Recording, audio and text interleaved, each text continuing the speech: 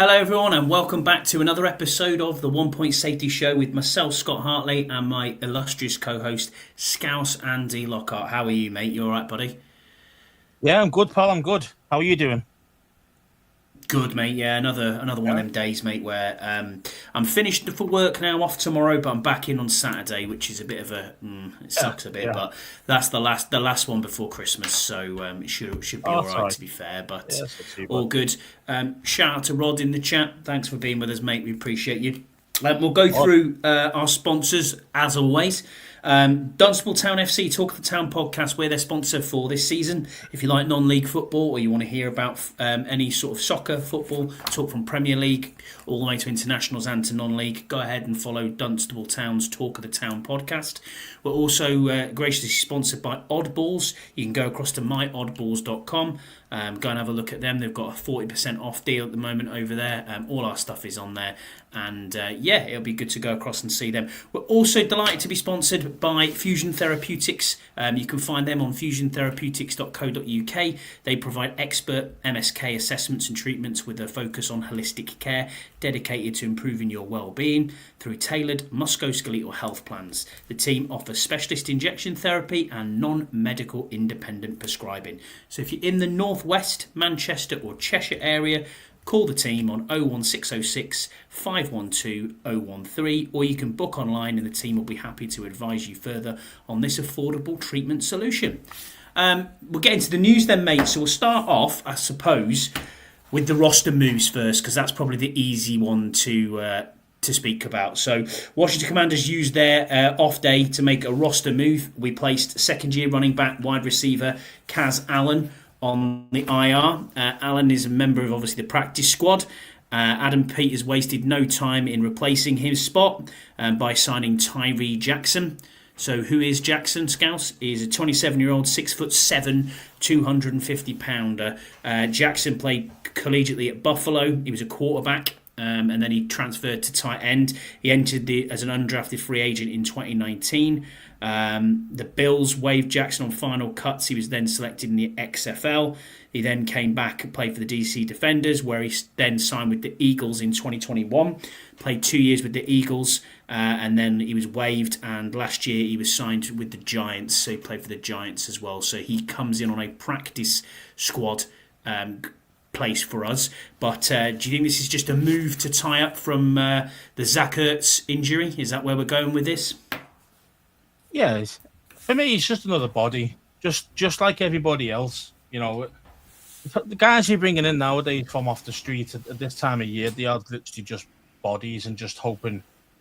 They're the like break glass in case of emergency type things. These guys aren't. I can't see this guy even getting any meaningful playing time for us, barring more injuries to other tight ends, but I can't see it. Yeah, and the Kaz Allen thing, I don't even think he was injured, was he? So I think you put him on IR just so they can get this guy in. And no, I I'm mean, not it's a bit sure. like, I'm not sure. He must have some sort of designation to be put on IR of some and when, description. and when You would when think did they so. make Kaz Allen an actual running back on the roster? When did that change? We all know he's a receiver. So, Yeah, it's yeah, man, it's a little bit strange that one. running. Well, it says running back stroke wide receiver. So yeah, I know what you mean. He's a receiver. It's one of them. He came in as a receiver, and all of a sudden he's a running back. No, come on, the guy's like 5'5". You know what I mean? Like he's not. Well, he could be a deuce fawn, I suppose, but yeah, man, he's not a running back. The other thing we've got to talk about is we've opened the 21-day window on Jonathan Allen. So Jonathan Allen is still on IR at the moment with a torn pec muscle. Wasn't as bad as we first thought it was. John Kime listened to his pod. He said he's got a very good chance of playing in the last two games. John Allen was training obviously the last 2 days as well, so he's been training in a limited fashion. So it's good news to get the bolster up the defensive line there with DT, obviously John Allen coming back. What are your thoughts on John Allen? Because we thought that was him done pretty much. Yeah, well, we probably thought. wouldn't see him play. Well, we thought, didn't we, that originally that he completely tore his pec. That's why he needed surgery, and normally that's between 6 and 8 month injury. So. And then obviously we start hearing last week was all about kind of, oh, well, actually, when the surgeon was in it was only partially torn. So which then obviously speeds up the healing process a bit because you don't have to wait that kind of 3 months for the tendon to actually heal on the bone again. So so when that happened, then I was looking through the timeline of when he got hurt, and I think it was week 6. I think it was when he first got hurt. So normally with a partial term, you're looking at about 3 months, which would be, I think if Matt's right, could be wrong, towards the end of maybe the Dallas game, and that he could be eligible for. That's when realistically I think he'll be back, if anything. If we were nowhere to be seen for playoffs, he wouldn't activate him again. He'd be just off for the season. But being part of being that it's basically partial tear and we're close to the playoffs. Yeah, I think he'll definitely be playing meaningful football in January. Because I know we're making it. So yeah, I'll be back to that. I like your confidence. I like that a lot. Well, we'll get into the big news then that broke kind of while we were sleeping, if you like, this morning. The RFK Stadium deal looks dead in the water. I will read a bit from the Washington Post. Obviously, I haven't got it at the moment, but I'll get this link up now, and now it's asking me to pay by... it's now asking me for a paywall. All these paywalls. Right, okay. Anyway, so on the RFK deal then, it looks like it's been the bill that's gone through the House, through the Senate has been trumped, for want of a better word. Elon Musk putting out a tweet basically saying that $3 billion is hidden in the bill, tax dollars. He retweeted a tweet that was complete fake news. That basically said that they were paying $3 billion towards the stadium, when in fact we all know that is not the case, that it was just for the land to transfer into the hands of DC, rather than becoming federal land. Now, I've seen both sides of the argument. I've seen people kicking off saying, well, because it's federal land, it's got to be worth money. DC can't get away with not paying for it. And then they've seen the other side of the coin, which is myself and you, not involved in any sort of American politics one way or the other, that this is just bullshit. And it's a bullshit call. And we've got all the way down the line this far. No one's opposed this at all. And suddenly it's, okay, we're gonna torpedo this bill from the incoming government that's coming in. I mean, whether you liked Elon Musk, you didn't like Elon Musk, or I mean, how is he running American government for a start? Or if you like the incoming president or you don't, I don't care about your political beliefs, who you voted for, who you didn't. I'm not interested in any of that.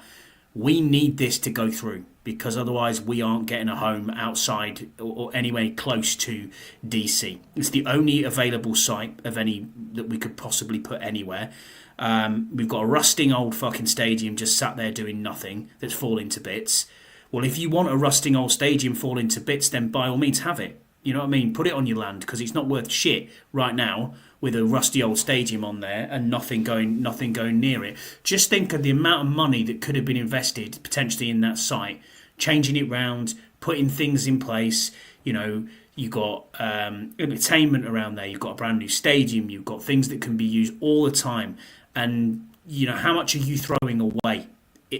You know what I mean? Especially if this doesn't go through. Deluxe says it's not dead yet. Washington Post has been very pessimistic about the RFK deal for a while. Okay, I understand that, but they've got until Saturday, haven't they? I think so. I think it's Saturday. And the thing is, as well, is I think, obviously, when we first heard it, yeah, of course, I was absolutely raging. I mean, me and Jesse were talking about it in the chat at the time, and we were going mental on Elon Musk and other politicians. And it's kind of like, but then when you read more about it, as you mentioned before, it was a fake news from some guy called Mario Norfal, something like that. His name is. He's a big social media influencer for the conservative side of things. He put down $3 billion for a new stadium, and it wasn't that money. I think it's earmarked for actually to rebuild the Baltimore Bridge that broke, that fell apart. Yeah. Last year, early on in the year, so and all the RFK is, as you said, is literally the transfer of land. It isn't about. There's no monetary value on that. There's nothing been put down. Nothing's paying. Who's paying? What's paying?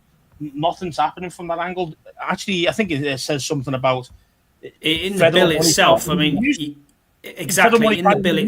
So it's kind of like I don't understand what the problem I've is. got it in front of me here. It says Section 4. It says and it says H. It says prohibiting the use of federal funds for stadium. The duration of the covenants entered into under subsection A1 shall include provision to ensure that the district may not use federal funds for the stadium purposes on the campus, including training facilities or offices or other structures necessary to support the stadium. So that's saying there they're not going to use any taxpayers' dollars for this. So I mean, seriously, what are they doing to not allow this part through? Now I understand it, and Scott's got it there. He said, "Get best advice is not to understand American politics unless you enjoy headaches." Yeah, I mean, it's very different for us. You know, the way we work with laws and putting things into law, you know, you've got white paper, green paper, first read, second read, then it goes through the two chambers, and then it gets royal assent and away into, into actual law. But we don't know enough about it. And if it's all part of a 1,500-page bloody document, that's really difficult, because for my mind, why can't this go through as a separate bill? You know what I mean? At a separate, it doesn't have to at a separate time. Could it not have been pushed through a lot earlier? I don't know how the legislature works, so I'm not going to sit here and try and wax lyrical about how American politics is working. But for now, in the eyes of the world and from what you read, it looks like this deal is dead. So I'm pretty pissed off about it.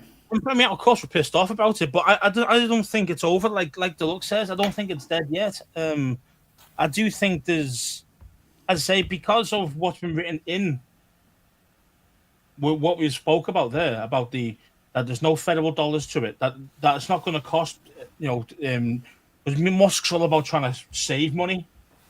I think that's the whole point of Musk saying, we're not going to give you $3 billion to pay for a stadium. Well, of course you're not going to pay $3 billion to give somebody a stadium, especially when it's a privately owned enterprise like the Commanders is. So I understand that. So that makes sense. But so when you read about it, I still think it's got a chance to go through. It just depends. I mean, it just depends on the politics, because they're playing politics both sides now. I think that's the problem. Democrats trying to get things signed through, probably some dodgy, sneaky things in the background that you're not even thinking of or reading about. And Trump's team's read it and went, what the fuck's that? We're not having this. You know what I mean? And I think that's to make the Republicans look worse when they get in power next month. It's just politics, isn't it? It's just politics. And I think concessions will be made for certain things, because not everybody gets, in any negotiation, one team don't get everything they want and the other team get nothing. There's always a compromise somewhere, and I think that's going to be part of it. So. Yeah, I understand that, and this is the other thing here. I mean, Dan, thank you for being with us. Appreciate you being in the chat. He said, I live in DC, and also I don't think it should have been paid for locally either with taxes. That's a discussion that needs to that's a discussion that needs to happen. I mean, again, it's a strange entity for us as European fans or as British fans to understand exactly how things are paid for. So if Liverpool Football Club, for example, decide to build a brand new stadium, they don't get that funded at all by government money. It is all from private enterprise. There is nothing else. And the owner will most likely be paying for the stadium in full. The same as my team. If Carlisle want a new stand, we've got to pay for it. The council aren't going to turn around and say, hey, we're going to pay for your stand. No, exactly. I mean, they might give you a little bit towards maybe regenerating the area like close to the houses next to the Correct, stadium. Yeah, I understand that. Stadium. It wouldn't be for the stadium itself. It's always about like councilly owned bits that's close to the stadiums. That's where they'll give you a little bit of money towards. Because that's what he did with Anfield. You mentioned Anfield, Liverpool Stadium. That was when we did our new stand. I know which one you're about. We regenerated quite a bit of around the back of that area, and that's where the council did give us some funding. I think they gave us like 80 million towards it. But again, that obviously had to drop in the ocean compared to how much the stand cost. But it was about regenerating the area, not the stadium. You know what I mean? So the money had to get spent on councilly owned areas, and it was used that way. And this would be the same thing. This would be the same thing for this. should the local taxes pay for a stadium? No, I don't think it should. If you want to, I agree. at the end of the day, if you're owners of these big conglomerates, these superstar teams, they're worth billions. That means you must have billions somewhere to be able to pay for these things. So, and we've got like the owners, haven't we? So yeah, and you've got to remember there's connections, there's big teams, there's big sponsorship out there that can help you pay for this sort of thing. So yeah, I agree with Dan there in the way he's thinking. I don't want to see taxpayers' money pay for it either. So I get that. Not federally from the government, so every American pays for our stadium, or for local taxes. I don't want to see that. But I understand completely where this is coming from. Deluxe has put it down quite good for us, as has Scott G. He said this is a very large piece of legislation. RFK is a very small part of it. If it doesn't pass by Friday at midnight, the government shuts down. Okay. Yeah. Well, but the thing is, though, that is very interesting. But surely, even if the government did actually shut down, it's never for that long. I think it's happened a couple of times before. It was maybe like a month or 2 months max, something like that, before they came to an agreement, before they reopened up the government again. So, and with Trump getting in literally a month's January. time, yeah, surely that's like it'd be pretty close to kind of reopen it up as soon as he comes back actually into power, because I'm sure they'd get some sort of deal done to get the cash. You know what I mean? Because obviously it's about, there's a lot of it about the national debt or something, kind of like the levels. You can't spend past a certain amount or something like that, and the Democrats won't let them make it higher, if that makes sense. They won't make it higher, which means that Trump can't do his tax cuts that he wants to do. I think I read about that. So it's a bit like, So as I'm saying, they're playing politics on it all. So it's both sides, and I get it. I completely understand it, but it's very different. It's very different scenarios over here, so we don't really understand it. But for now, it doesn't look like it feels RFK is going to be there. It seems very partisan, doesn't it? Like, you are a Democrat, you are a Republican, and it's like, you've got to be like staunch. You can't waver, can you? You can't be in between. You can't be in between. Whereas at least in some ways we have more than a three-party system in the UK. There's several parties that you can. But when you think about it in this world here where we have 5 major parties that you can vote for, and they have MPs in the House of Commons. And then if there was ever a standstill in the transfer of power when, say, the Prime Minister steps down and the new government comes in, you have the civil service behind it that basically runs the country and continues the country running. But I don't know what happens in the US, so we'll not get into that. So we'll get back to football. But there you go. You're right. There are many not Republicans or Democrats. Yeah, I know, and I've looked at that in some ways. And you could be a left-leaning Democrat, real far left, or a right, very far or centre-right Democrat, and the same on the other side of the fence with the Republicans as well. It's properly bonkers, but. That's enough about politics. Let's get back onto football, because we're not here to talk about that. I know. We'll go back to week 15 then, and we'll review the New Orleans Saints game. 2019 win takes our record to 9-5. This is our best record since 9-7 in 2015. Terry McLaurin, we have to mention Terry. He is on 11 touchdowns. The franchise record is 12. Tied with 4 people. That's Ricky Sanders from 1988, Jerry Smith in 1967, Charlie Taylor in 1966, and Hugh Taylor in 1952. So he is up there with great company. And to be honest with you, with 3 games to go, he can break that record quite easily. So to get up there for Terry, I mean, we're going to have a conversation, the eliteness of Terry McLaurin at some point. I think he's not elite. No, he's not elite. No. We'll have to have a look at that.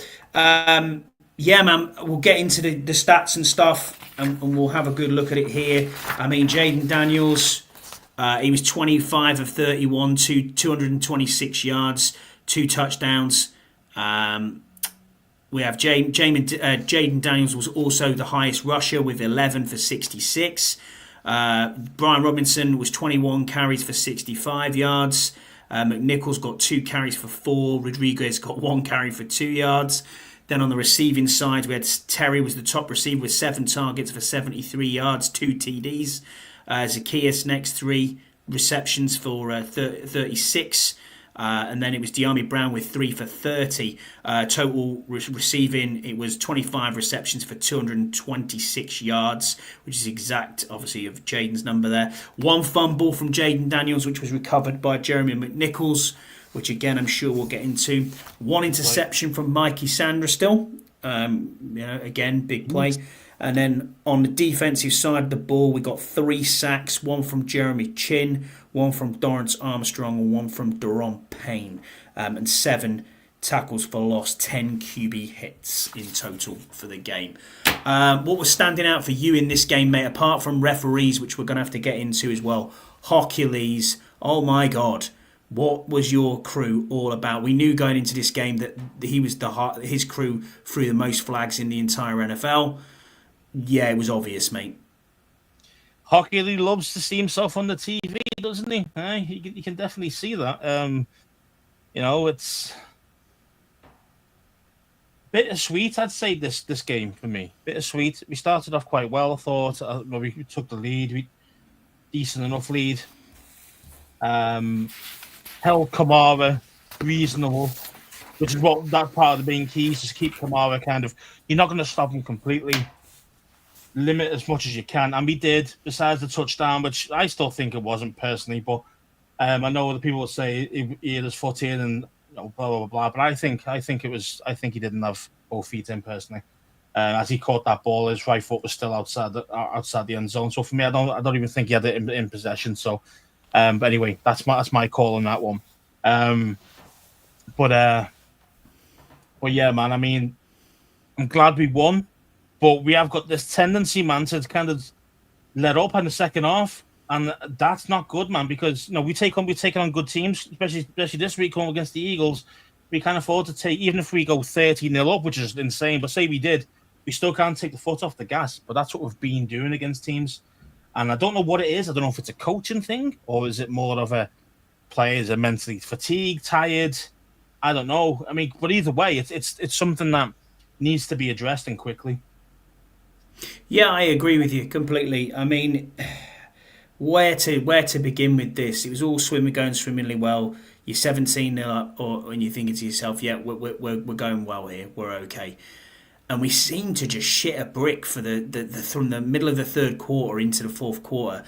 When Hayner was under centre, as Jesse said on the Bleeding Burgundy, I did not feel at that point in any way, shape, or form that we would lose that game. Soon as Spencer Rattler came in the game. Yeah, and he is pretty bad as well. It was like, hold on a minute, where are we going here? They seem to have a bit more of a spark. Seem to be getting things done. 8 sacks. 8 sacks. We've got to give that. We've got to go back to that as well. I mean, some of them sacks are on Jaden, man. Yeah. I mean, Jaden wasn't perfect, but he did have some. When you watch the All-22, some of the plays he did make, though, were high-level quality quarterback plays. Oh, yeah. As a rookie still. I mean, you got to still remember that. So he is going to make some mistakes even there. But, I mean, some of the mistakes were running into the back of his own defenders, his own offensive line, there was about 2 of those. I think he ran for the sacks, ran out of bounds for a loss, which are classed as sacks.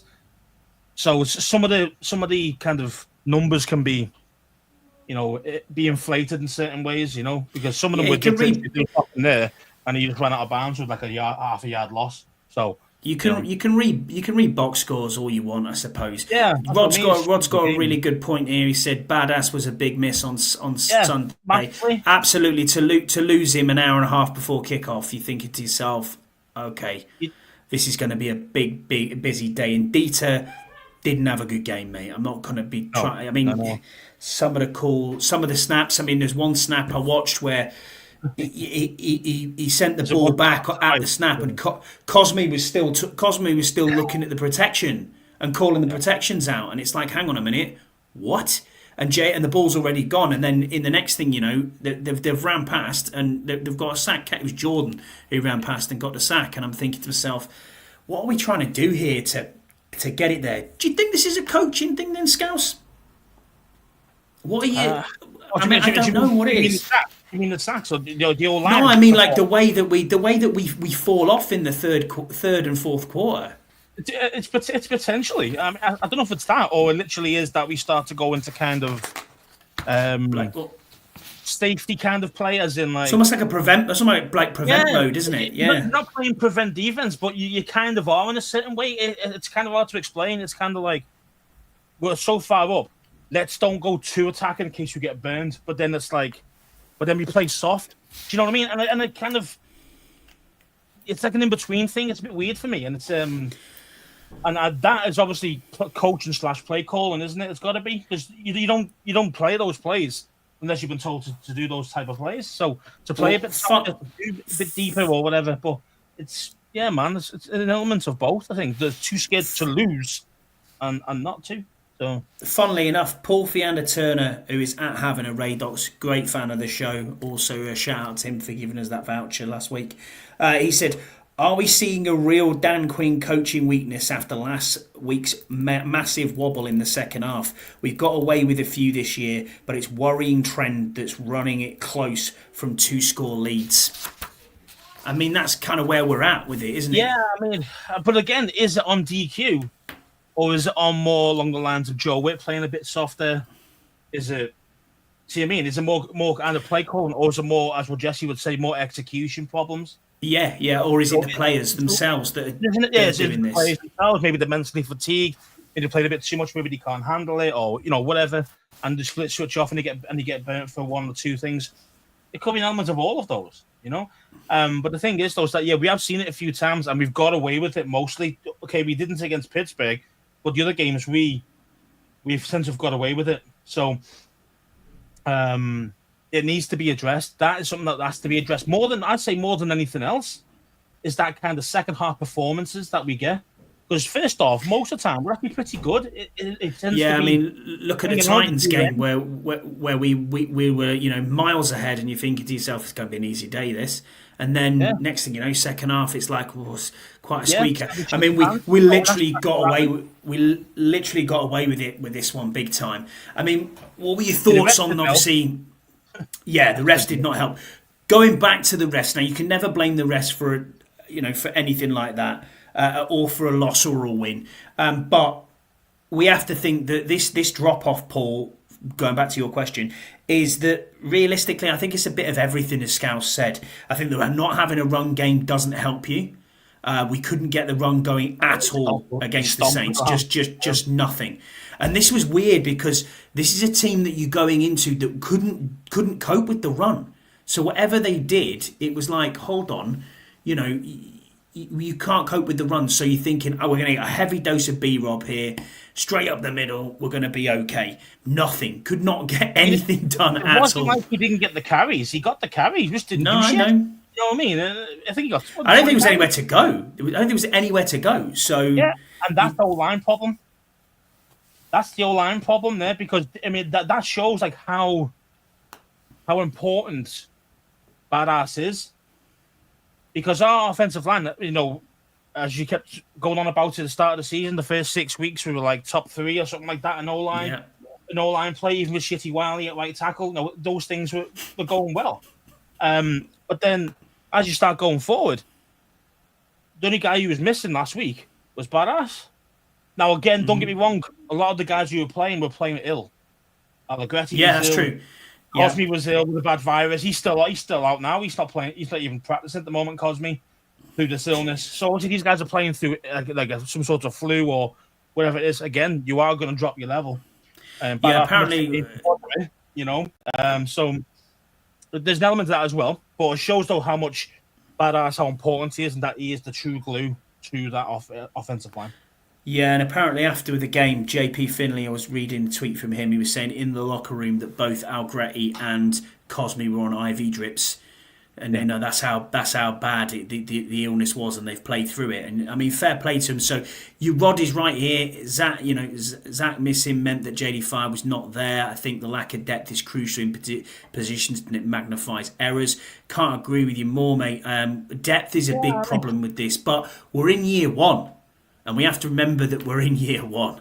And it's difficult to temper your expectations because we all want to win on a Sunday. That's all we want to do. That's all we look forward to. We are winning. We're 9-5. This is a good time for us. This is a very good season, man, compared to our usual shite that we've absolutely. It's great, But you know. So I think got it's to trust the process and hope just that the process, man. And as I they say, have a there's so good many. depth here. That's the thing. We need solid depth. As you know, Yeah. we mentioned the tight ends before. We mentioned, Rod mentions the Zach Ertz missing. The thing is, though, he's missing, and then the backup guy, John Bates, you can't really rely on him to be a consistent pass catcher.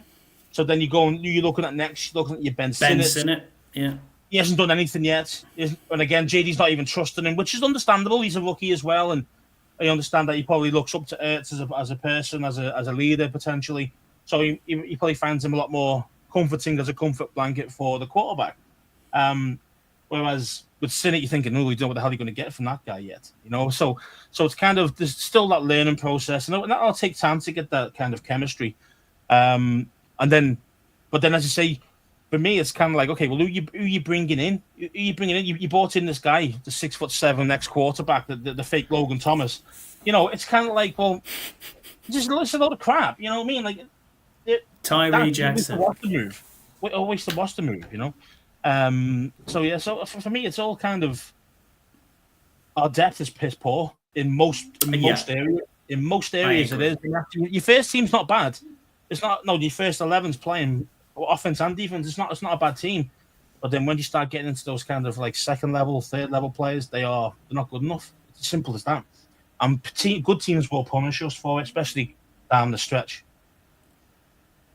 Anyone you thought stood out for you in the game? I mean, for me, I thought Jaden Daniels took this team on his back and just said, "Doesn't matter what we're doing here, we're winning." Anyway, shape or form, we're winning. And even Bo says that he'd rather have the sacks rather than the turnovers. Hell yeah, you would. Yeah, I mean, you still got possession of the ball. So, and obviously we're quite good on fourth down conversions as well. You know, our record's pretty good with that. So, again, that's on JD and play calling and all the rest of it. So, 100%, you'd rather have the sacks than turnovers. You know, turnovers kill you. You know, end of sacks. You can sometimes you get away with it. Sometimes you can get away with it. Sometimes with sacks. So yeah, man. I mean, for me, it was JD. Terry's usual. Yeah, Terry's just playing. This is the thing, though, is that most people who watch Terry over the years have known that if he had a decent quarterback, you would see this kind of level every year. You would. The level that he's playing at right now is the level that you probably would have seen him at every year. Being honest. Yeah. I don't disagree. He's just dog shit quarterbacks throwing to him. So that's why. So do you think then on winning teams with a winning quarterback with this sort of level of performance from Terry, do you think that when people scale wide receivers and they say, this guy's top 5, this guy's top 10, whatever it may be, do you think it's scaled down, or do you think it's all about hype through the media? Do you think a lot of that narrows into it, or is it all about stats? Is it all about producing or is it the eye test, what you see on the field? I mean, I always think it's always the eye test for me. It's nice to have the stats. Nice to see, this guy got 15 touchdowns this year, blah blah blah blah. I mean, yeah, that's good. But then, how many percentage of touchdowns is he scoring? You know, and then are you one man team? Then do you see what I mean? And then you can get that kind of argument going. But for me, it's kind of like, you know, Jamar Chase drops balls. Yeah. You know, and you'd say he's top 3, wouldn't you, in the NFL? 100%. 100%. Jefferson, Chase, those are the first 2 guys you think of are top receivers. Those guys still drop balls.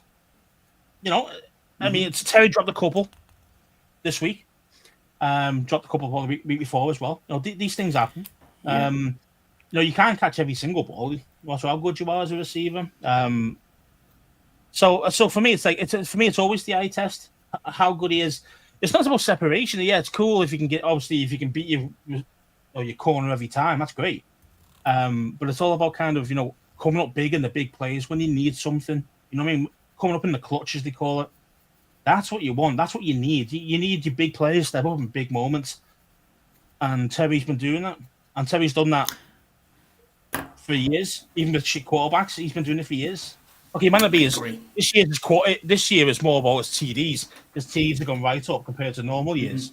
But again, what happens? We get to the red zone with Taylor Heineke playing, and all you do is double team Terry and go ahead then, Taylor. What are you going to do? And he couldn't do shit. So, and that's the problem when you got bad quarterback play. You know, so when you got a quality quarterback now, you see Terry getting a lot more hits, getting a lot more looks, and he's getting a lot more TDs, and that's That's all Terry was just begging out for, was a quality quarterback to go with him. Yeah, I don't disagree with you again. Next year, even better again, I think. Oh, yeah, I agree. Better. I hope so. I really hope so. He's lost that top edge speed. You know, maybe getting a bit older. He's still got just enough to get open, though. You know what I mean? Against these. Yeah. But he's never been a burner where he's he's got elite speed. You know, he's. No. I mean, the first ever touchdown, you were like, from Case Keenum, you were like, hey, you know, this. Where's this kid come from? Where he ran all mock all over the Eagles. You were like, yeah, this is wow. You know what I mean? This is brilliant. But I think Jesse's pointed it out a few times as well. I agree with him in this part that he has elite traits, and one of his elite traits is contested catch. I don't think there's anybody better in contested catch than him. Some of the catches we've seen over the years, like the one against the Chargers, was just utterly ridiculous, and so, like the one against the Colts last year, you know, where he went up and he pinned it, and this is my ball. And you're thinking, he's a great receiver, but we can have the debate until the cows come home as to whether he's top 5, top 10. We'll go through that. I definitely think he's in the top 10. I mean, I think now you're just seeing the actual real Terry show up. You know what I mean? Yeah, of course. And you're going to see a drop here and there. And you might go, well, that's not elite then if you can't catch everything. But as I said before, Jamar Chase dropped one through him a couple of matches ago. It went right through his hands, hit him in the helmet and went off. Mike Evans drops balls. These guys are probably going to be Hall of Fame guys, especially like Mike Evans. Mike Evans is, 100%. And it's like, and Jamar Chase probably will be as well. So it's kind of, there's, I'd say, in traits, is the other receivers better than Terry? Yeah, there is. But again, if Terry was on the Bills, he'd be ripping everyone apart. If you had Josh Allen thrown to him over the years, not just, I think he'd be like ridiculous. He'd be a superstar, wouldn't he? He'd be saying he's elite. But because he plays for us, it's like, he's not that elite. He's just, he's just good. All right, well, whatever you think. You know what I mean? But me, he's our best player by a mile. Offensive player besides JD by a mile. So, yeah. Do we going back to the game itself and talking about depth that we were talking about just before? The injury bug kind of struck a little bit in that game as well. Jeremy Chin got a pretty naughty concussion by the looks of it. Zach Ertz as well, real bad. That was quite a bad concussion. Almost when you see a boxer get knocked out and the boxer's still punching. That was kind of what Zach Ertz was doing on the field. You see him get up, and he was getting up. But as he was getting up, it was as if he was trying to cradle the ball in his hands, if you watch it back. And then two commanders came up behind him and helped him up, shimmied him up. But he was definitely not all there at all. So two really bad concussions. And then was Derek Forrest? Was it? Yeah, he is. Was it Derek Forrest who pushed bloody Chin into the receiver, and then he got a concussion from the hit? It's like Wiley's concussion off a leg. Like what is going on? It's just the injury bug and the depth is starting to hit hard. We've got this virus going around, as you said. It's difficult, man. It's difficult, and it is. What have you done for me lately, league, isn't it as well? And that is the part of the problem, especially when you're coming down to the business end of the season. Crosby's not been good for about 4 weeks. So you got to think about that. Allegretti was awful a couple of games ago. Never mind just last week. He wasn't great last week, but he was awful 2 games before that. This is the problem. I mean, Coleman's trying to do his best, and he is rising to the challenge most of the time, but there is times where he's getting skinned. So it's kind of, this offensive line isn't as good as you think it was. At the start it isn't. And yeah, of course they're banged up and they're playing ill, and and your level is going to drop when that happens. That's just a fact. If you're feeling like shit and you don't want to be, and you should really be in bed, and yet you're trying to push against a 320-pound man against you. It's quite hard to stay at the level that you're normally at. So, so you got to give them a little bit of a break, a bit of a break, really. But still, if you're telling me that you're playing, then you've got to be at the level required. Yeah. There's no point in you being there. There's no point in you being there 50%. I'd rather have the guy who's your number two, who might be, half the player he is, but 100% healthy. Do you know what I mean? So I'd rather have that. I'd rather have a 100% healthy guy than a 50% starter who's going to be playing like shit and feeling like shit. No point in my book. Forrest hit wide receiver in the chest. Wide receiver's helmet snapped back and hit chin as he got there. Yeah, that's nice. Yeah, that's not good. We'll go through the. Well, anything else to take away from this game apart from the clock? At the end, clock, I mean, nine seconds left on that clock. I mean, we've seen it. There's still no apology from the NFL. I'm sure Dan Quinn and Adam Peters are getting that phone call saying, we're really sorry. But nothing came out about it.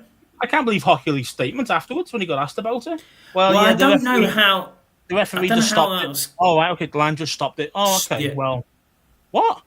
And it's not and it's not reviewable. I mean, I've seen Saints fans kicking off as well, saying, "Well, hang on a minute, they were able to run the clock out when they're taking a kick, and then we got a do-over on that kick just before the start of the third quarter." So, but that's not our fault. That one, is it? That's not our fault. Both throws aren't our fault. No, if someone's going to give you a chance to take the kick, even though it was 5 seconds past the end of the second quarter, then. Or third quarter, whatever it was. Was it the first or third quarter? I can't remember that one. No, it was going in. It was going into the third, I believe. Going into the third. No, so it must be. It must be going. It wasn't enough time. No, it must have been going into the second. Then, sorry. Yeah. Okay. Yes. So yeah. I mean, that's totally on the referees again. That's not our problem. I mean, it's nice that it was 5 seconds after he gave our kicker a sighter, I suppose. And then obviously you put it wide, and then we get the do over, and he puts it through. So yeah, we got away with one, but technically that's not our fault that we were allowed to kick that initial kick. So yeah, I mean, but some of the calls, man, were just like the Fowler Jr. Some of those fucking pass interferences, mate, were insane. Unbelievable. Like, what are you? Well, it was the ones. Yeah, it's the roughing the passer. You're like, really? Oh, yeah. Hitting the quarterback. I mean, well, it was fair. Was it Dante Fowler Jr. got twice? He got called, and I thought both of them were absolutely nothing wrong with them whatsoever. I watched. See, this is the bullshitness of it. It depends on which referee crew you're going to get, because I literally just watched before I got on here. I watched the Hard Knocks from this week, and I can't remember who was, but it was the Ravens were playing against the Giants at the week, and it was obviously filming it, and Tim Boyle was at quarterback for the Giants, and Roquan Smith came through, ran straight into Tim Boyle, way more contact than anything that Dante Fowler Jr. did, and it was like, yeah, that's clean, and away he goes, nothing at all, and I'm thinking, hang on a minute. Rod's got a really big point here. He said the gambling businesses would have went mental if if we'd lost the Saints on that 2-point conversion. Yeah, because the spread, as you know, was 7.5 points. So, yeah, man, that was, and this is what gambling destroying the game? Is it all a script? I don't know, man. It's just, but that was ridiculous. I'm not saying it is, but. You mentioned how we're like shite in the second half when we're so far ahead. I mean, that team's back in again. No, is that part of it? Who knows? Mate. I love a good conspiracy theory, Scouse, but this is like this is taking it too far. Don't forget though, this is technically classed as entertainment. Yeah. Do you know what I mean? This is like, I'm not saying this is WWE, but I'm saying it is sport and entertainment. Yeah, I know what you mean. Football's the same, or soccer and all that game. It's still the same. Referees are shit. I mean, you see them all the time making bad mistakes. Every single game. And, whoever wins tends to be the ones who tends to get, who can overcome that shitty refereeing decision, And, referees still run the game. As in, like, they run who wins leagues, who runs, why Mahomes are so protected all the time, and Josh Allen getting ridiculous penalties when he's a runner and he's getting slight hits to the head, and it's like, roughing the passer, unnecessary roughness. Allen gets so many of those, and it's a joke. But referees are on their side, and when they are, you got a high chance of winning, man. High level of success. Yeah, I get that. I mean, 9 seconds was on the clock when when the play came, It was dead. and if you watched it, it would have run out 100%. They would not have got the snap off in time. But Yeah, man. I mean, Wagner was doing the right thing. He was leaning on him, so he couldn't get off in time. yeah, He knew what he was doing. That he couldn't get him off. veteran move there. Veteran move. Time, smart move, and that was the end of the game. But no, let's just keep it going for another 5 seconds extra before the clock kicks in again. It was just ridiculous, man. It was stupid. That game was a win by 7 in my book. I'm not having that fucking crap. No, I'm not having that. I'm not having that crap because, the game was ours, even though it was shit in the second half. But I'm just really pissed off with the refs and then letting them kind of get back into it. But again, it's the refs that helped them a lot on some of the drives. It was those roughing the passes. It was those shitty pass interference calls. It was just like, mate, like, you are obviously being totally honest. You are being on their side, referees, and we had to beat the refs that week, and we did. So I suppose that's a good thing. Well, we'll get into the next one then, mate. So previewing Week 16 matchup against the Eagles, who are 12-2, head ahead in the NFC East. Obviously, we can still match their record, but we got to win out and they got to lose out. So actually, I think that's them, isn't it? If they win, they already won the East? Have they already won the East? The Eagles, or can they win? Or is it they can win the East this weekend?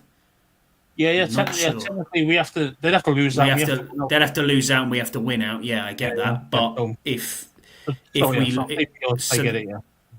so basically, there's a lot to play for at the weekend on this one. I mean, not just bagging rights, but the Eagles have got something to play for, definitely. I mean, of course, even if they lost to us, you had to be a bit pissed. But it's like, for them, it's not the end of the world. They'd have to lose to say the last 3 games, which is highly unlikely because they've still got the Giants and the Cowboys, haven't they? Isn't that the other 2 games they've got after us? I haven't seen this. I think it is anyway. I could be wrong, but I think it is. And they've gone and beat the Ravens. They've gone and beat Pittsburgh. They've gone and beat the teams that we thought they could slip up here. But they've beaten all of them. So it's going to be it's going to be down to us, man. For this, it's in our hands. Playoff contention. It's Cowboys. It's all 3 NFC East opponents, mate. So they have got the Commanders, obviously us at the weekend. Then they are at home to the Cowboys, and then at home to the Giants to finish off. So you've got 2 home games as well to finish it off. So again, mate, even if we beat them, they're still winning the week after, and they're guaranteed to be division champs. So they are on a 10 straight. They are on a 10 straight winning record as well at the moment. That's what I'm saying. They're beating all the teams we thought they might slip up here. No, the closest one was Carolina, which is the scary thing. I know. Biggest game. Obviously blew at the end, but Jags ran them close. Jags ran them close as well a few weeks ago, which is very, very strange. I'll give you their stat leaders. Is that a mental thing? Just got to turn up against the Jags. Could be. And then it's like, shit, we're in a game here, and then struggling. No. And the same with the Panthers, who were on a bit of a wobble at the time. So maybe. Looking at the stat leaders, then we'll look at that. So Jalen Hurts, 2,892 yards. Rushing yards, obviously it's Saquon Barkley, 1,688. Receiving yards, it's A.J. Brown with 946.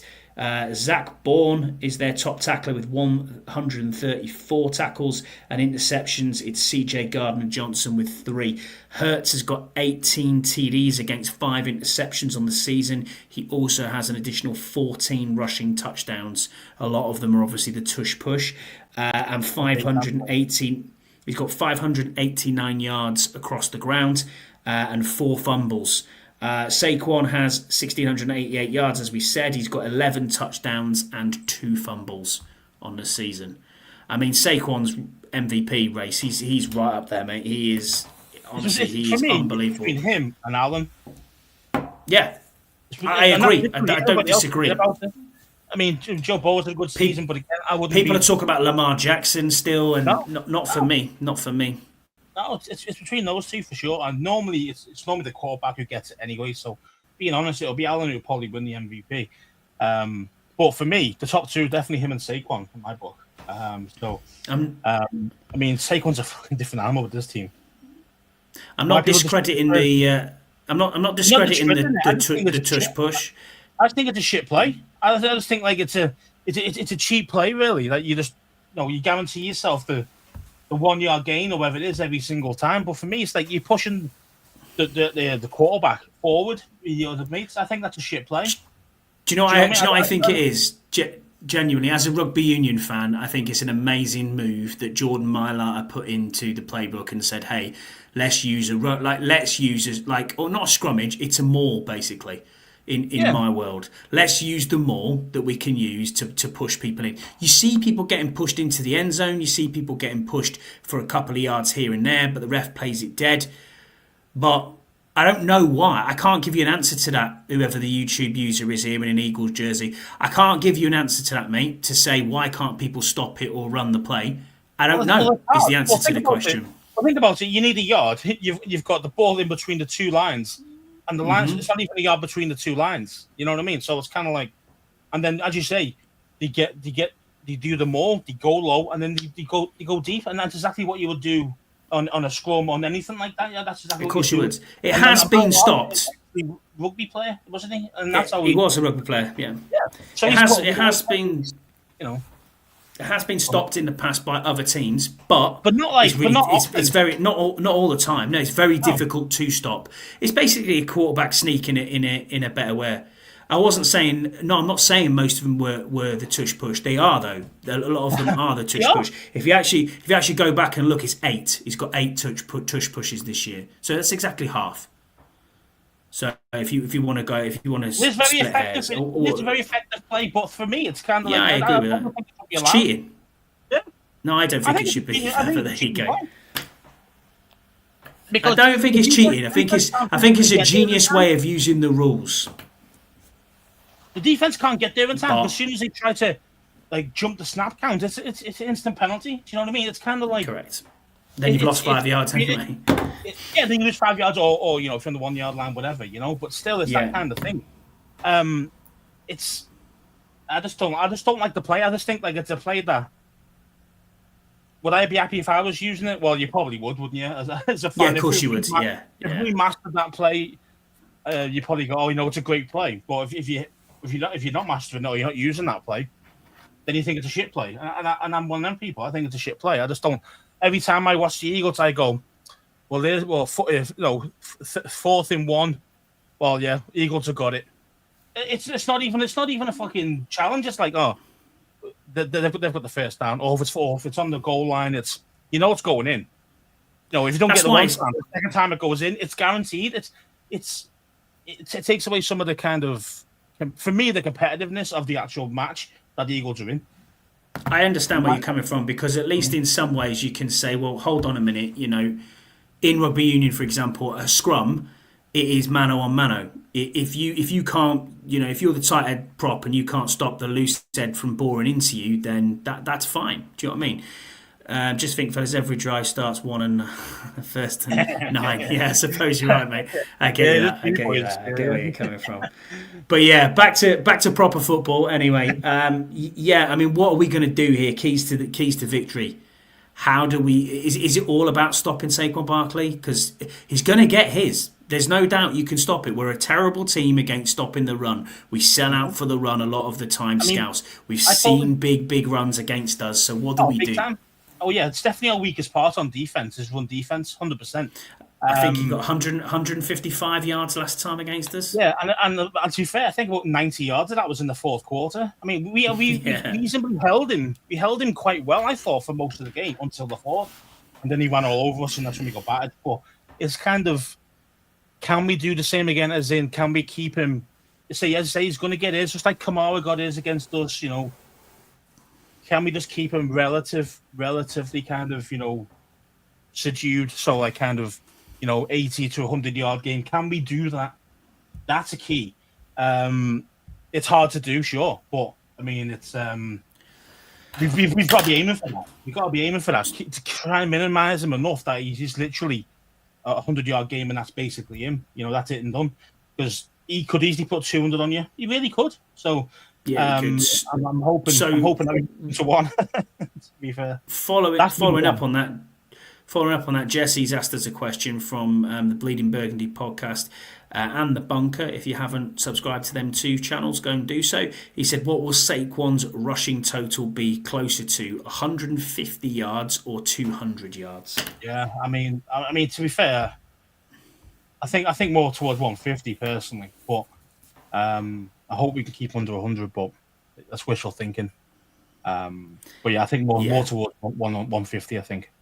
Yeah, I think so. I think it'll be more towards 150 than the 200 mark, but he will get his. It's going to happen. Yeah. It's going to happen. So, what do you do to stop this team then?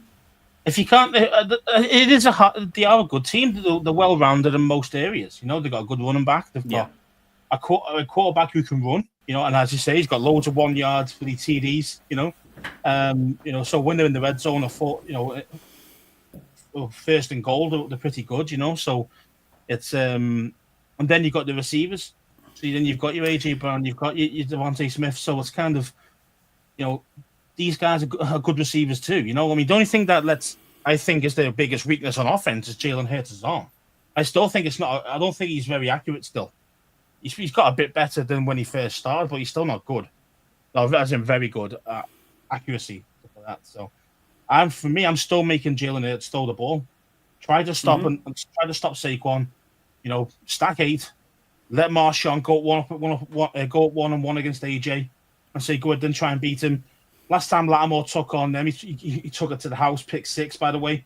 Last time Lattimore played against the Eagles this year, so early in the season. So you know, I'll be doing the same thing. At least because now you've got a guy you can lock down AJ. I think Lattimore can lock him down. I mean, that's how good Lattimore is. So then it'd be all about kind of what Devontae Smith can do.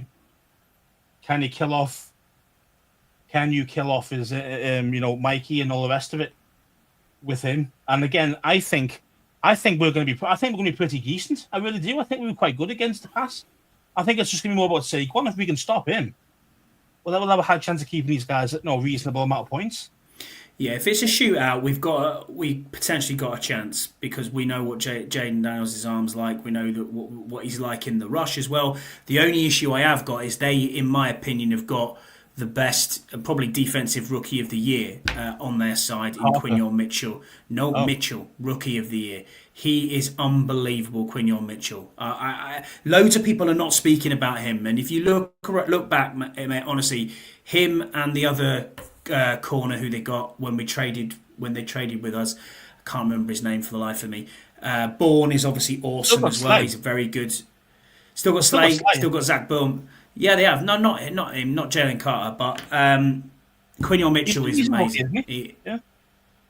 Carter destroyed us first time around, by the way. Yeah, he did. Got mauled. So yeah, man.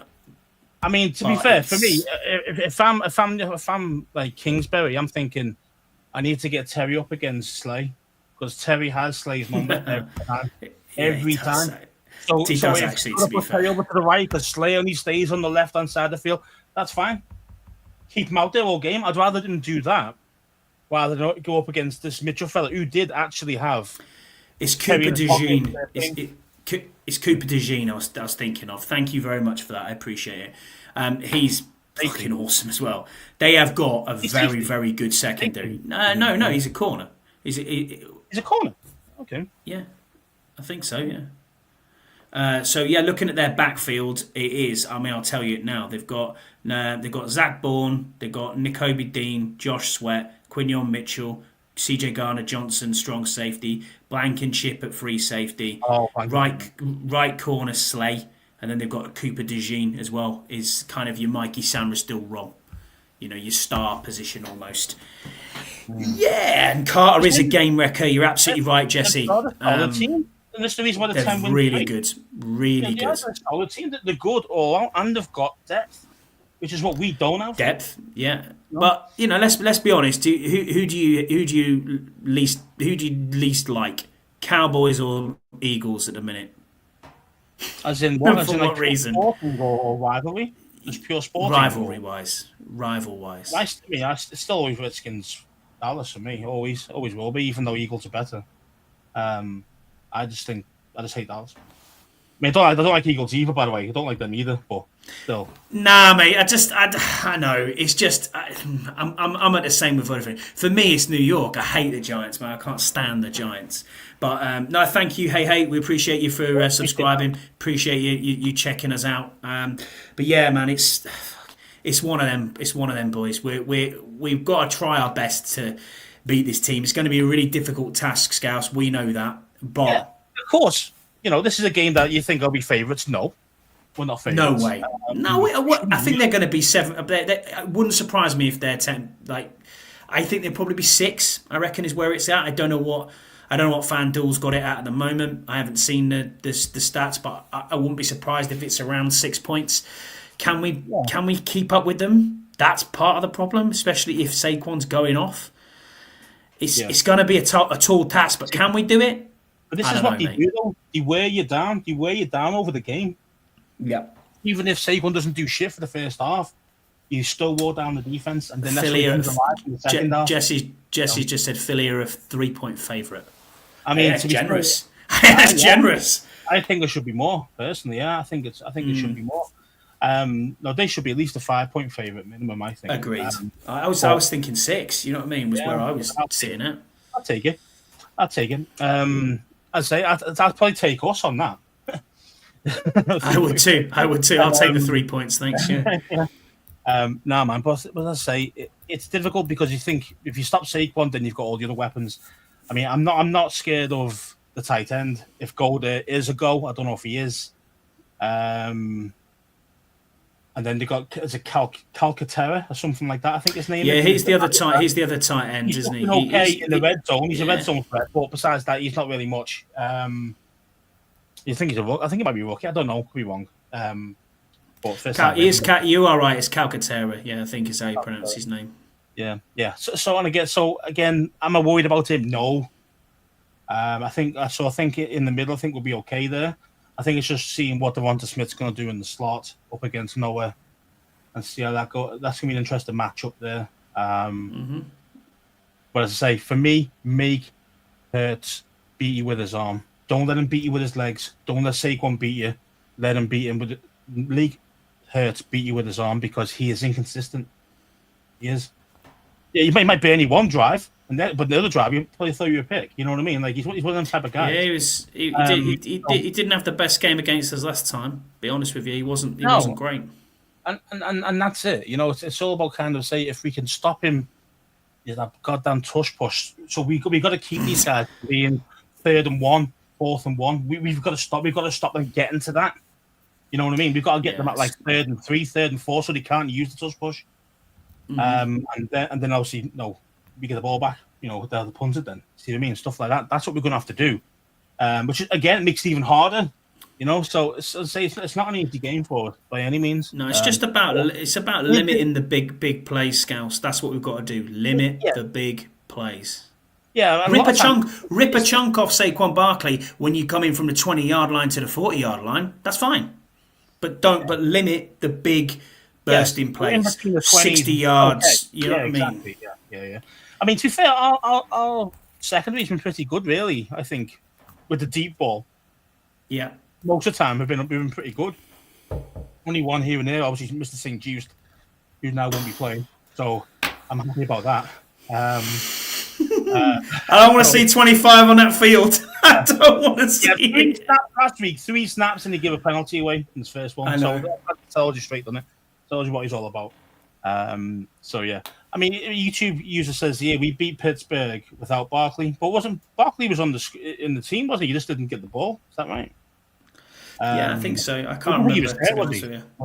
No, I don't think he was. I think that was when he was close to his record, or he was a few yards away from taking his record. I don't know. I honestly don't know. To be honest with you, Pittsburgh don't have the offense we have. I know you might say, "Well, our offense is pretty can be up and down with our receivers," and it can. But Pittsburgh are not that good when you don't have Pickens. Pickens, yeah, he wasn't playing, was he? So he does make a huge difference to them on offense. So. And Najee Harris's run is back and forth. He can look like he's amazing for 2 weeks and then just drop off the face of the earth for another 3 weeks. So he's very hit and miss as well in for there. But yeah, man, it's one of them. We'll go through the injury report, mate, just to see us out before we get into our fan questions. So the injury report, you normally get this probably around about now while we're on air. We always get it through. But for Wednesday's injury report, guard Sam Cosme, illness, did not practice. Tight end Zach Ertz, concussion protocol. Obviously, he's in there. He didn't practice.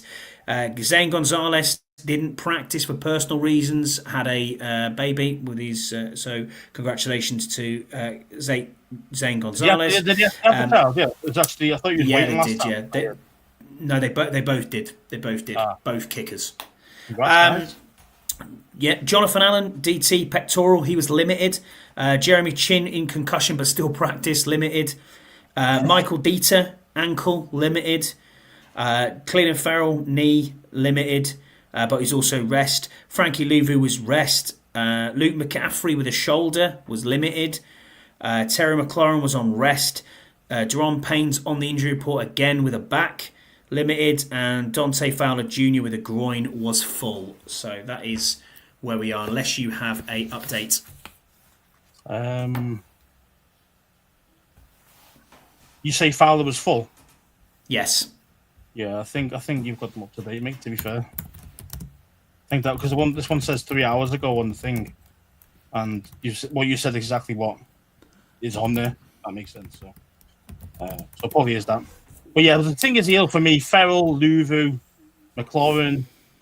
You know, they're all on rest. They're on a veteran rest day. They're on a veteran rest day. Should be available from an illness in 3-4 days. You know what I mean? So I'm not worried about that. Yeah. I'm more worried about Chin. Chin's huge for us.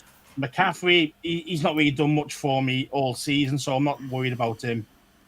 You know, as in like if he can't play, I'm not worried if he can't play.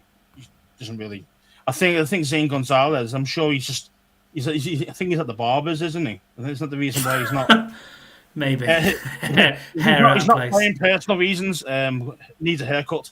Yeah, because remember last time he played 13 times where he messed with his hair like this. 13 times in a row and then missed the actual kick. So yeah. So hey says, hey, do you like soccer or football better? There is only one word and it's football, and we don't use the S word around here. It's called football. The NFL is hand egg ball. I am saying this in jest. Football's football, mate. We will still call football in our world football, but for our American audience, soccer. Yes, we both like soccer. We both have our own teams. Scouse, a person from Liverpool, is known as a Scouser, so he is a Liverpool FC fan. I follow Carlisle United, who are my local team. Scouse also follows his local team in York City as well. So we do follow our local soccer teams. But overall, mate, it is all about the Commanders for us. It's all about the and the NFL and the NFL in general. I mean, we all look forward to Sundays. You know what I mean? Yeah, we do podcasts about the Commanders rather than Liverpool or Carlisle or football. Yeah, exactly. In our realm, you know. So I think we love the sport, and you know we've been fans for quite a long time, haven't we? You know, in general. Yeah.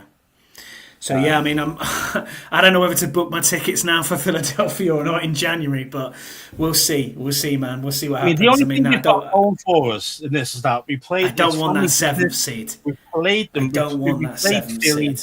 Twice a year. We know about them. We know the little ticks, the little quirks they've got. We know about them. We play them twice a year. So that is something that, and we also have gone and beat these before when they've been on good records and been on a good winning streak. You know, so yeah. These things can happen, and you know, I say, and any given Sunday you can win games. You know, it's simple. Even against a good team like the Eagles are, you can still go there and win. So, yeah, man. Well, I don't think they're coming to us, aren't they? But still, we can still go and play them, beat them. These things can happen, man. And I say Philly are fighting. True. Number one seed. I think Scott G just mentioned it, actually. He has, yeah. He just especially said there the Detroit's defense is riddled with injuries. 16 on IR on defence alone. Whew. It's crazy. It's just because their offense has been so good. I think Montgomery go to IR with a PCL injury at the weekend? MCL tear. Yeah. Was it MCL tear? Jeez, someone did their PCL in on the defense, I think, as well. So I mean, it's a shit show in Detroit at the minute. Their defense has some bad luck. I tell you what, if they get over the line, that is going to be unbelievable. I mean, I still think it's going to be a Bills-Lions Super Bowl, but that'll be there. Minnesota could still win the North. Technically, they could, yeah. They could Detroit, they've got to play each other still. I think Detroit and Minnesota still got to play each other. I think last game of the season. So yeah, I mean, everything's all to play for still. And Philly could be the team who gets the bye. They could end up being number one seed. And if that's the case, then we're more likely going to stay in 7th, which means that we'll end up playing either a Minnesota or a Detroit, won't we? Yeah, definitely. Well, we'll get into our fan questions then, and we'll start. Hey, Hayes put one in the chat, so we'll start with that. He said, "What do you think about going back to Redskins?" I'd love it. I mean, I would love it as well, absolutely, but it's never ever going to happen for obvious reasons. We know why. We hope that in some way the old emblem will be incorporated in some way, maybe a throwback jersey down the line, something like that. But look, we know the reasons why, and we have to be grown up about it and get on with life. Do we like the Commander's name? Not particularly. I'll be honest with you. No, I don't. But it's the name we have for the moment. And I say for the moment because I do think at some point we will be changing our name again. Potentially when we go to a new stadium, I'm thinking. But we'll see. We'll see what happens in the future. What I love to say, I think the best of both worlds. I think we'll have a good chance of getting the throwback logo, but the name, I just don't think it'll come back. Even though I would love Josh Allen. I'd love Josh Harris. Josh Harris forever if he could pull it off for us. But man. Yeah. Agreed. First question we've got on the ticket here is from Tim Towner. He said, thinking about Mathis, do you expect him to be active in any more games this year? The defense has a D-line with a philosophy for penetrate and disrupt, and I'm thinking he's more of a read and react kind of guy. Also note that his last game was at Philly, where he gave up 228 yards on the ground. Yeah, exactly. Yeah, I think Mathis will be one of those guys who will be traded in the summer. Yeah, I don't, and especially with Allen potentially coming back in the next couple of weeks, I can't see Mathis being suited up at all for the rest of the season. And it's funny, isn't it? Because to coincide with Mathis's kind of downturn, he's actually had an all right season, and we thought at the beginning of the season he was playing pretty well, doing the run stuff. To be fair, it was a low bar. It was, but for a second round pick. Come on, man! He was injured for 2 years. He missed I know. Well, we were there when we watched him. We watched him on like snap forward, do his leg, and you're thinking, "Oh God, okay, have I come all this way to watch our second rounder go out after four snaps?" Cheers. But no, coming in, he was highly thought of, and we thought, well, okay, we'll see what we get. As a run stuff in DT, he was kind of the Jonathan Allen replacement is kind of where we were going with that. Now we brought in Johnny Newton obviously in the draft, which he's been playing well so far, but the unsung hero kind of here, the glue guy as Dan Quinn called him, is Sheldon Day, and we've talked about him on this pod for quite a few weeks. Sheldon Day's come in and he's there. There's another guy who they keep calling up from the practice squad as well, DT, I can't remember his surname for the life of me. He's been having quite a lot of snaps as well. So I don't think Mathis will be here next year. I think you're absolutely right, Scouse, in what you're saying. Definite trade candidate there. That's that. Next one we've got, mate, is from Yam. Yam Start, shout out to Yam, really good guy. If you haven't followed him, go and follow him. Obviously, can't wait to meet you, be back with you again and hang out. He said the last time the Commanders faced the Eagles, they pretty much took Terry out of the game, and we struggled for the rest of the game and scoring and moving the ball. How do you think the team can adjust to that scenario again and avoid such a struggle? I think we kind of mentioned it a bit earlier about about moving Terry up against Slay. No matter where Slay is, put Terry up against them. I think that'll be one way. Also, So do you think it's well, about pre-snap motion then, and about moving Terry around? Is that kind of where we're looking? And that's what we've been doing for the past 2-3 weeks. So I think just continue lots more with that. I mean, Quinion. I mean, end of the day, we've got no other receivers that's going to scare anyone. Besides Terry, we've got nobody. Think about our receivers. Quinion, if Quinion's standing there going, who'd you got to play against? Oh, you got Terry. Okay. Well, I locked him down first game, so he's not big. He's not a big issue. And then you got the other guys. They're not even nowhere near his level. So it's kind of like, yeah. So for him, it's kind of like he probably won't even care who he plays up against. To be fair, but for us, for our idea, we've got to. I think we've got to create better matchups rather than just going Terry, you're there on the left hand side, and you just take on whoever's there. No, move him around, loads of pre-snap motion. And go from there, to be honest with you. So, yeah, I agree with you. It's hard. It's not easy. It's going to be tough. Not at all. Our next question is from Richard Cameron, who is at Mr. Rich Cameron on X. He said, "How do we stop Saquon Barkley from punishing us again this game?" I don't know. There's the $1 million question, Rich. I mean, honestly, I couldn't tell you that. His second question we can probably answer. Is assuming Lattimore is on AJ Brown, who do you think comes out on top of the battle? Oh, Lattimore by far.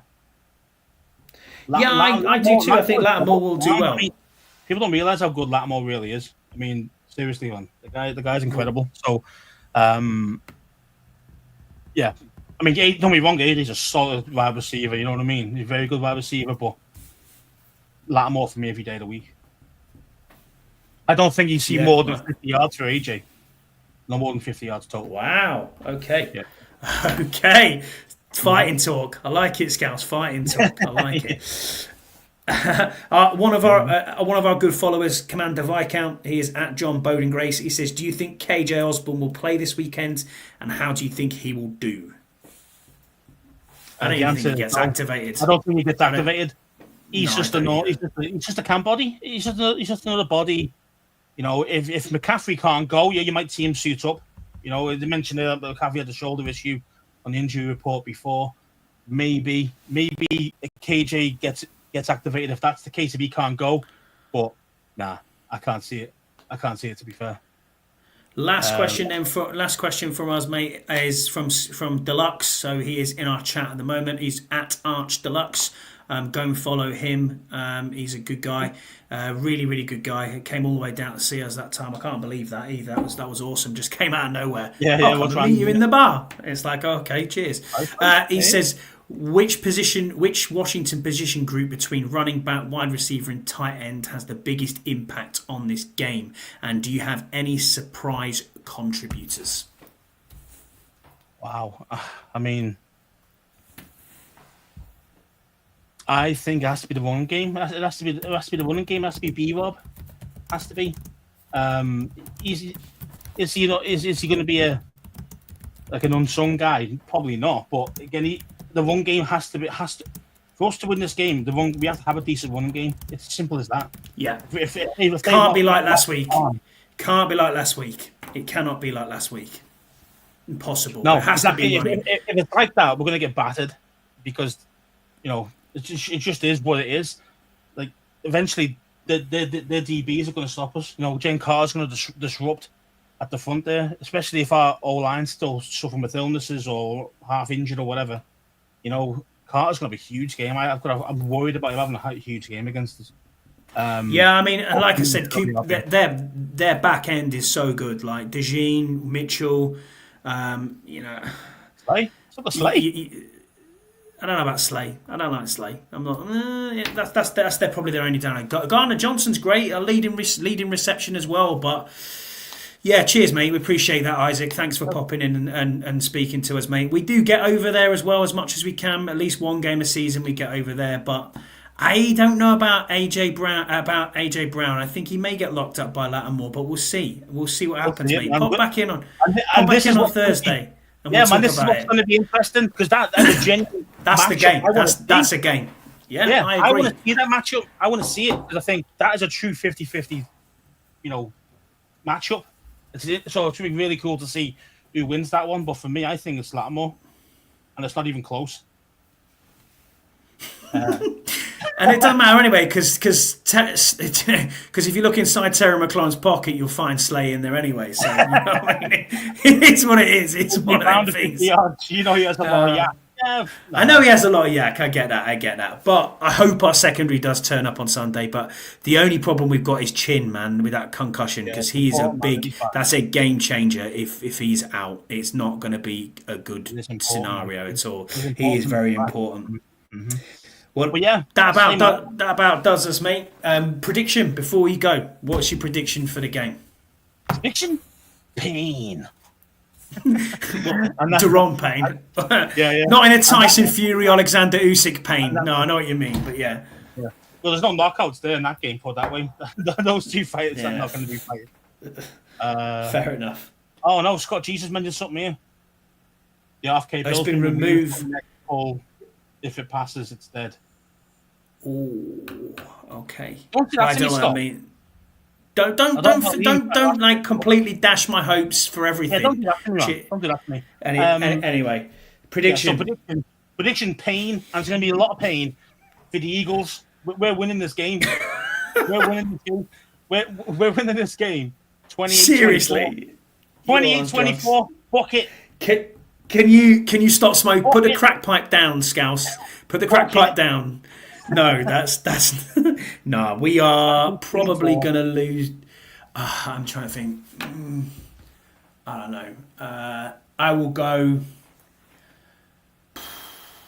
27-20 to the Eagles. I think we lose this game. On the ticket, it's down as a loss for us anyway. We knew we were going to lose one more game before the end of the season, and I think this is the game that we lose. I think they get the sweep, unfortunately. So we'll see. Yeah, we'll see. Is what it is. I mean, this is. Thank you, everybody. Yeah, mate.